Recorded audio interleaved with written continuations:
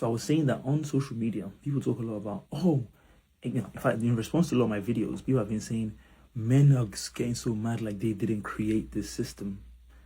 If you actually think about it, the vast majority of what you call systemic about patriarchy, there's no real conspiracy to it, The idea that even back in the day, when you think about the fact that, for example, they didn't, women wasn't allowed to go to school, etc., etc., it wasn't like all the men came together and be like, this would really benefit us. The reason why people promulgate these things, I mean, it benefits them specifically as an individual, but why would they do it? Because it's going to benefit their son.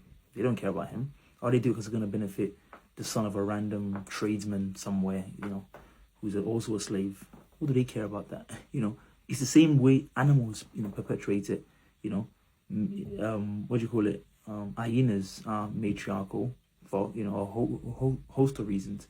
There's no real conspiracy about it. And that's exactly where the study makes a lot of sense, because they're not intelligent enough to come up with a system. Even in those systems, those things just kind of naturally happen. Again, we're intelligent, so we should know better and we should try and bridge those gaps. And clearly, in a lot of our countries and our societies, we have been doing a very good job of that, especially, again, if you think about the West where I live.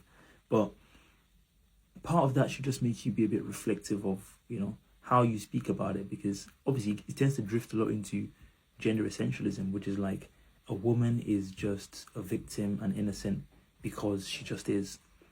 But what's also obviously missed in that conversation is that patriarchy is one of many power asymmetries that occur, in society. And in fact, even talking about patriarchy, there are many, many instances in which women enjoy power supremacy over men. So these things are constantly shifting. It's not a kind of fixed system that just, applies in all situations.